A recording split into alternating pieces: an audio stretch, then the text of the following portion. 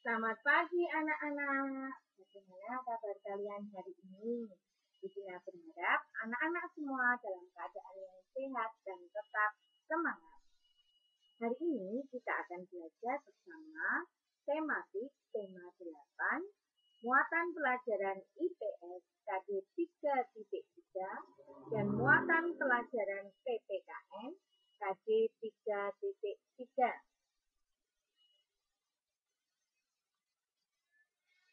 Tujuan pembelajaran hari ini yang pertama, melalui kegiatan membaca, siswa mampu mengidentifikasi jenis-jenis usaha yang dikelola sendiri dengan benar. Yang kedua, melalui kegiatan pengamatan, siswa mampu mengidentifikasi keragaman jenis-jenis usaha di lingkungan sekitarnya dengan benar. Yang ketiga, melalui kegiatan membuat clipping, siswa mampu menyajikan hasil analisis tentang peran ekonomi dari setiap jenis usaha dengan baik. Yang keempat, melalui kegiatan membaca dan berdiskusi, siswa mampu mengidentifikasi keunikan adat istiadat dalam keragaman sosial budaya masyarakat Indonesia. Anak-anak sudah siap ya untuk belajar? Kita mulai ya anak-anak. Pada pembelajaran di subtema 1 kemarin, kalian telah mengetahui jenis-jenis usaha ekonomi. Ada usaha ekonomi yang memanfaatkan alam, seperti pertanian, perikanan, dan perkebunan. Berbagai jenis usaha dapat dikelola sendiri atau berkelompok. Apa saja ya jenis usaha yang dikelola sendiri? Nah, anak, amatilah kegiatan ekonomi di lingkungan sekitarmu. Bagaimana pengelolaan kegiatan ekonomi tersebut? Jika kita cermati, kegiatan ekonomi tersebut ada yang dikelola sendiri dan ada yang dikelola kelompok.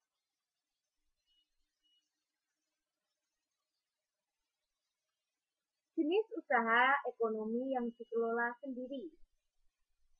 Usaha yang dikelola sendiri disebut dengan usaha perorangan.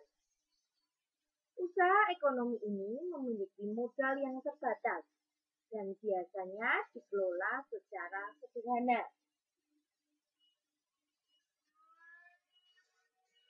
Jenis usaha ekonomi yang dikelola sendiri, yang pertama adalah usaha pertanian, anak-anak.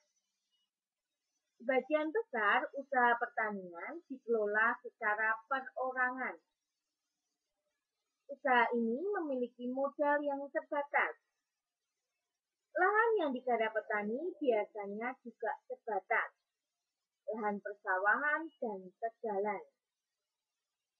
Namun, ada juga usaha pertanian yang dilakukan secara besar-besaran.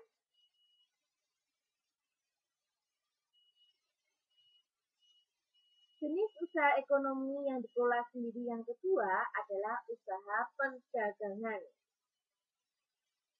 Usaha perdagangan secara perorangan biasanya berskala kecil dan sedang. Contoh usaha perdagangan antara lain pedagang asongan, pedagang keliling seperti pedagang bakso ini anak-anak, pedagang kaki lima, pedagang di pasar, warung, dan toko kelontong. Jenis usaha ekonomi yang dikelola sendiri yang ketiga adalah usaha jasa. Usaha jasa adalah usaha yang memberikan pelayanan kepada orang lain. Ciri-ciri usaha jasa antara lain yang pertama, tidak menghasilkan barang, tetapi berupa pelayanan. Yang kedua, membutuhkan keahlian khusus sesuai jasa yang ditawarkan. Secara umum, banyak usaha jasa yang dikelola secara perorangan. Contohnya adalah usaha salon, fotokopi, bengkel, potong rambut, dan penjualan pulsa.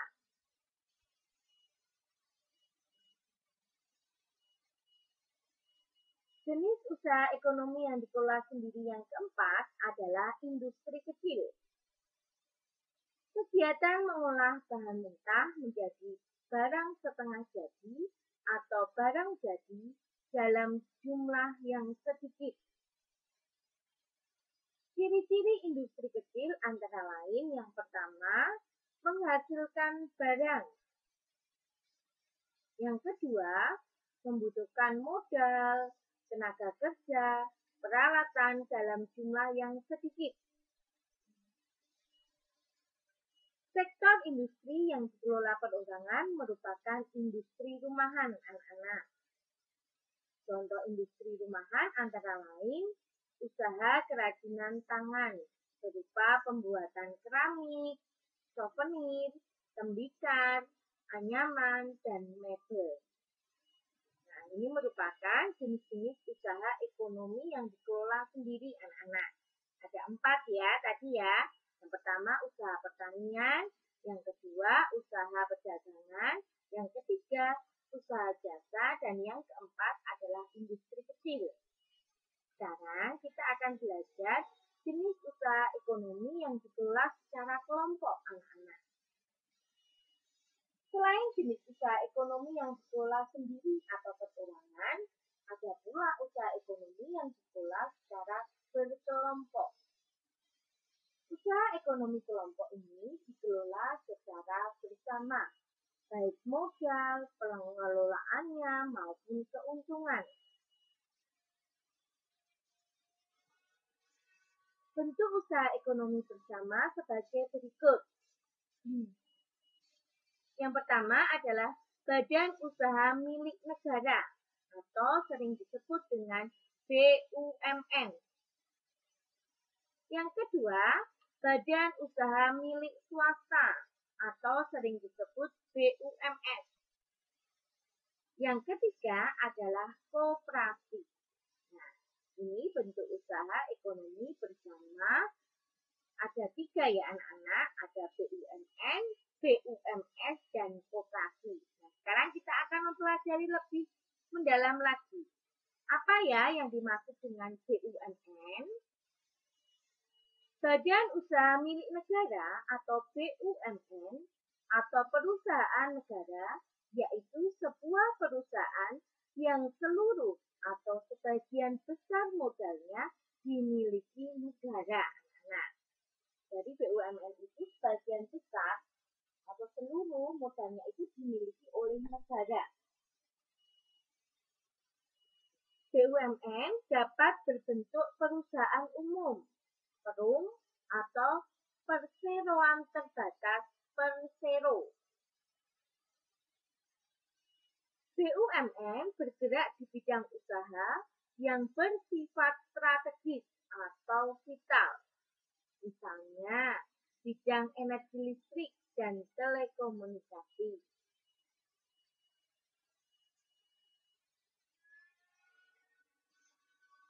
Di Indonesia juga terdapat badan usaha milik daerah atau BUMD atau sering juga disebut dengan perusahaan daerah. BUMD merupakan perusahaan yang seluruh atau sebagian besar modalnya dimiliki oleh pemerintah daerah. Tujuan pendirian BUMD sebagai berikut.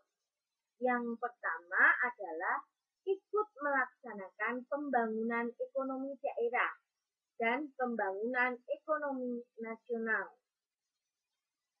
Yang kedua, memenuhi kebutuhan rakyat dan menyediakan lapangan kerja untuk mewujudkan masyarakat yang adil dan makmur.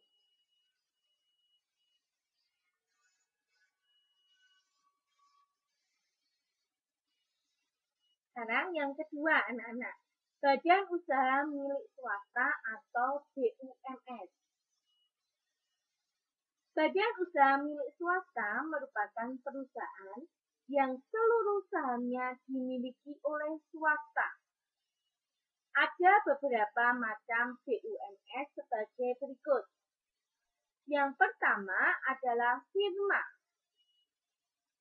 Firma adalah usaha ekonomi bersama yang didirikan oleh sekurangnya dua sekutu. Pendirian firma biasanya orang-orang yang saling kenal satu dengan yang lainnya. Setiap anggota firma memiliki hak untuk bertindak atas nama firma. Anggota firma juga bertanggung jawab secara penuh atas risiko kerugian firma. Usaha berbentuk firma biasanya bergerak di bidang layanan konsultasi hukum dan keuangan.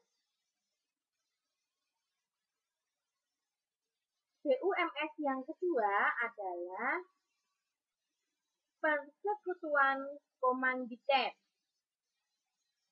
Persekutuan komanditer atau sering disebut dengan CV didirikan oleh sekurang-kurangnya dua orang yang menyetorkan modal.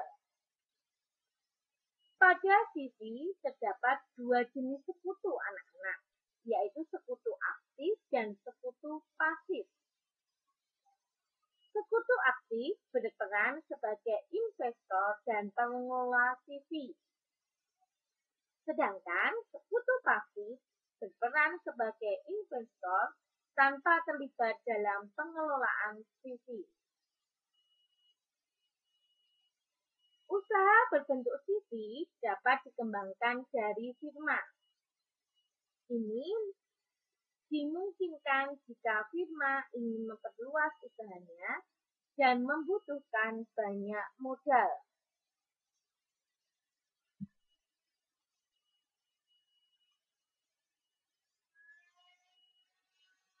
BUMS yang ketiga adalah perseroan terbatas.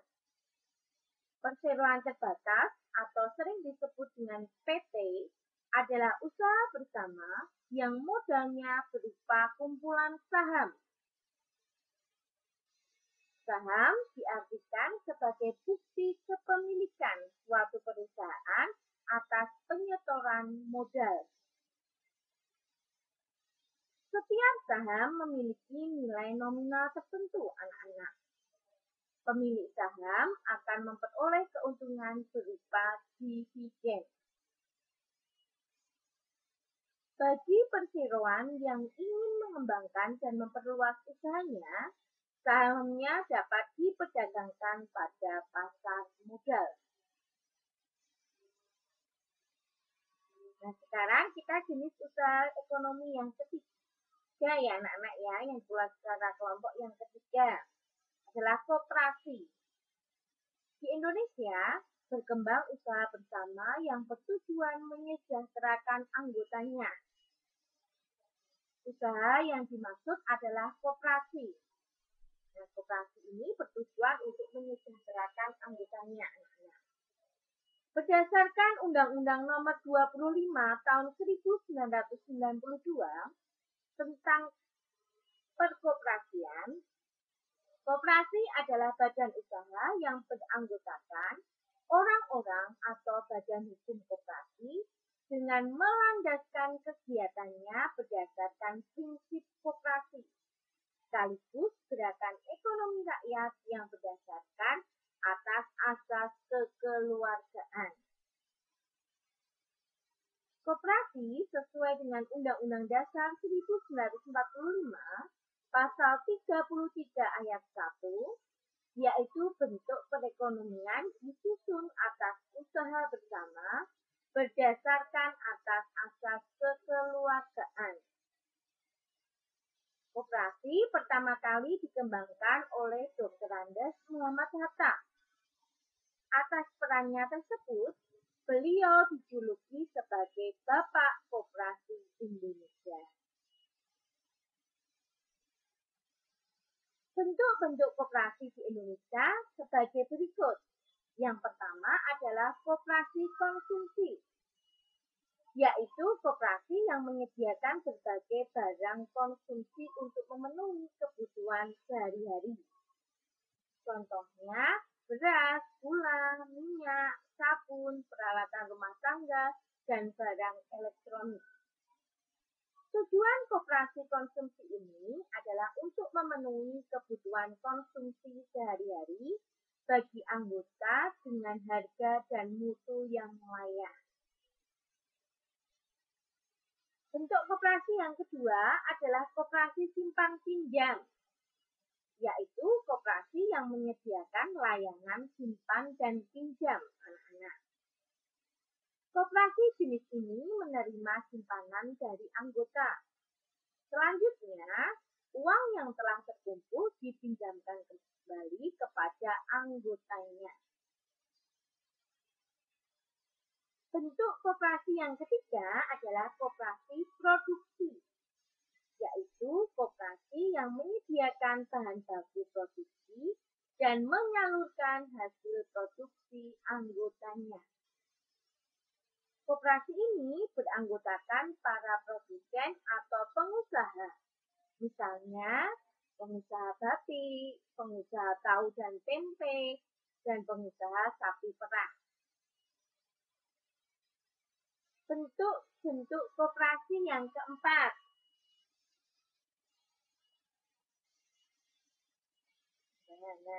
Bentuk koperasi yang keempat adalah koperasi jasa, yaitu koperasi yang menyediakan layanan atau jasa tertentu bagi anggotanya.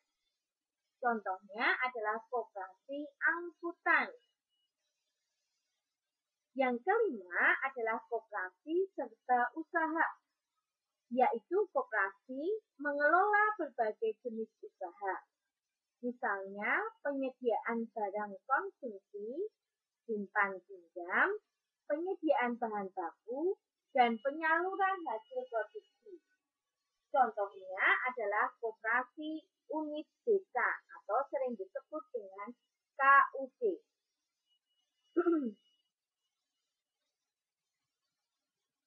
Nah, anak-anak, usaha masyarakat banyak dipengaruhi oleh kondisi geografis tempat tinggalnya. Sebagai contoh, di Bali, keindahan alam dan keunikan budaya di Pulau Bali menjadikan industri pariwisata berkembang pesat, anak-anak. Akibatnya, banyak sekali jenis usaha yang ada di Bali. Tahukah kalian keunikan budaya di Bali?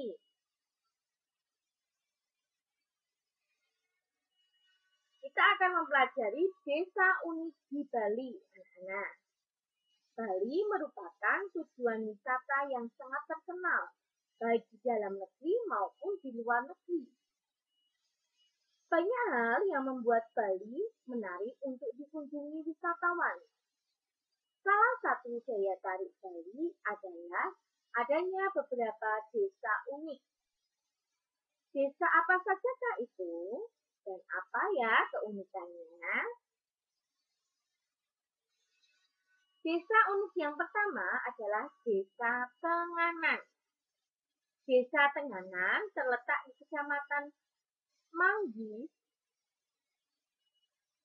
Kabupaten Karangasem di sebelah timur Pulau Bali.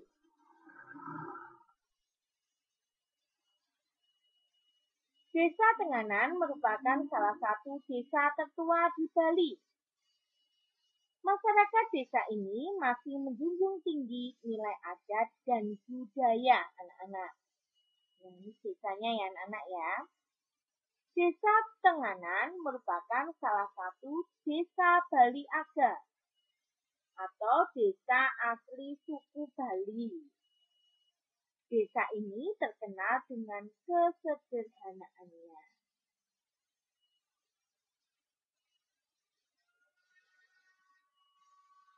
Desa unik yang kedua adalah Desa Trunyan. Desa Trunyan terletak di pinggir Danau Batur, Kintamani, Kabupaten Bangli, Bali Utara. Keunikan desa ini adalah tradisi pemakamannya, anak-anak.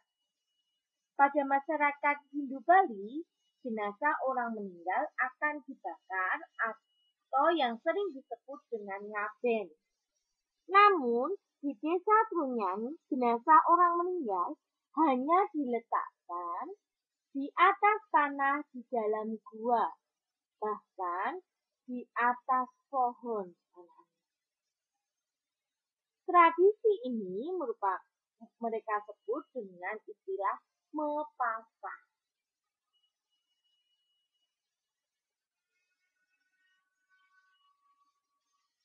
Desa unik yang ketiga adalah Desa Penglipuran.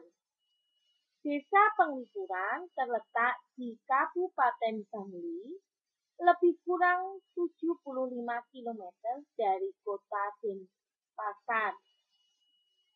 Desa ini memiliki struktur bangunan yang teratur dan rapi. Anak-anak bisa melihat ini, sangat teratur dan juga rapi ya anak-anak ya. Masyarakat Desa Penglipuran tidak pernah melepaskan adat dan budaya yang berlaku turun-temurun.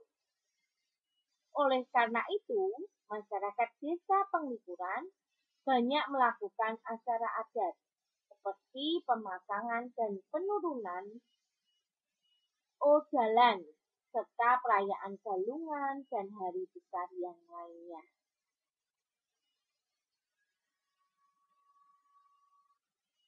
Adat istiadat.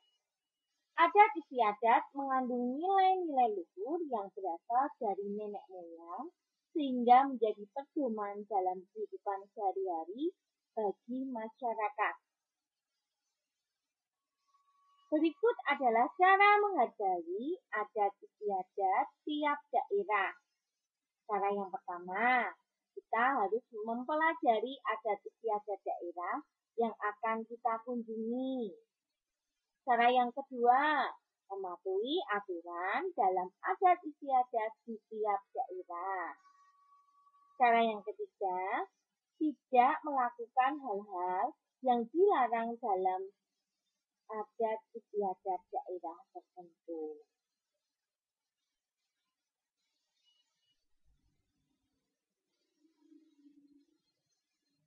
Kita harus melestarikan adat istiadat yang ada di Indonesia untuk menjaga nilai-nilai luhur di tengah perkembangan zaman saat ini.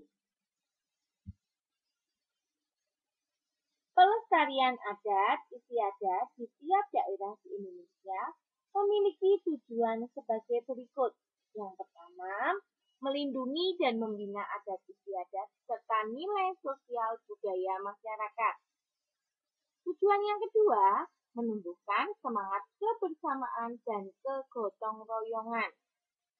Tujuan yang ketiga, memelihara kelestarian dan keseimbangan lingkungan alam. Nah, ini contoh-contoh upacara adat anak-anak. Yang pertama adalah upacara adat Grebeg Besar. Seperti ini. Ini merupakan tradisi di daerah Demak, Jawa Tengah untuk menyambut hari-hari besar agama Islam. Upacara adat yang kedua,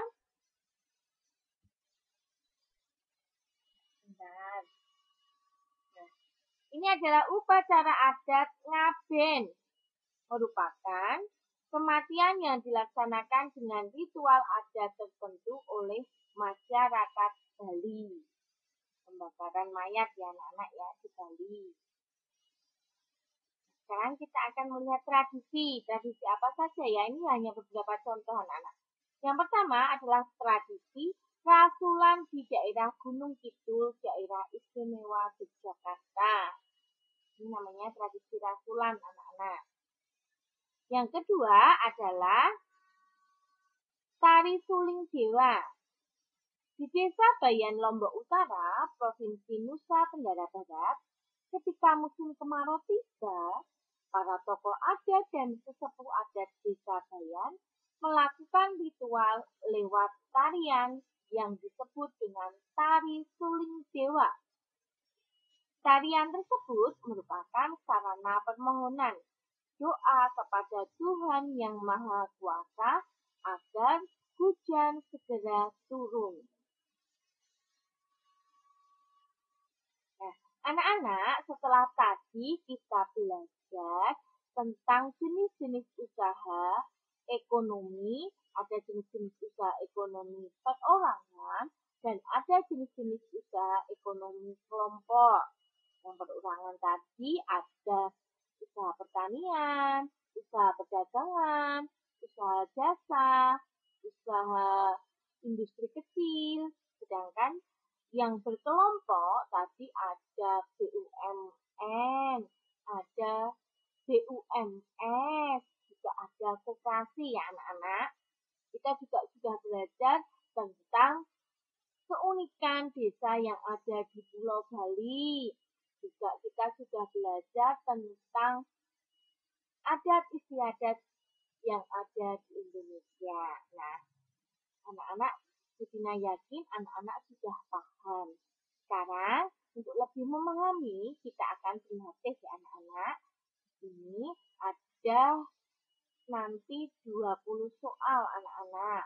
Muatan IPS KD 3.3 ada 15 soal. Dan untuk muatan PPKN KD 3.3 ada 5 soal. Terima kasih atas pembelajaran hari ini. Sampai jumpa pada pembelajaran berikutnya. Tetap semangat ya anak-anak, serta jaga kesehatan.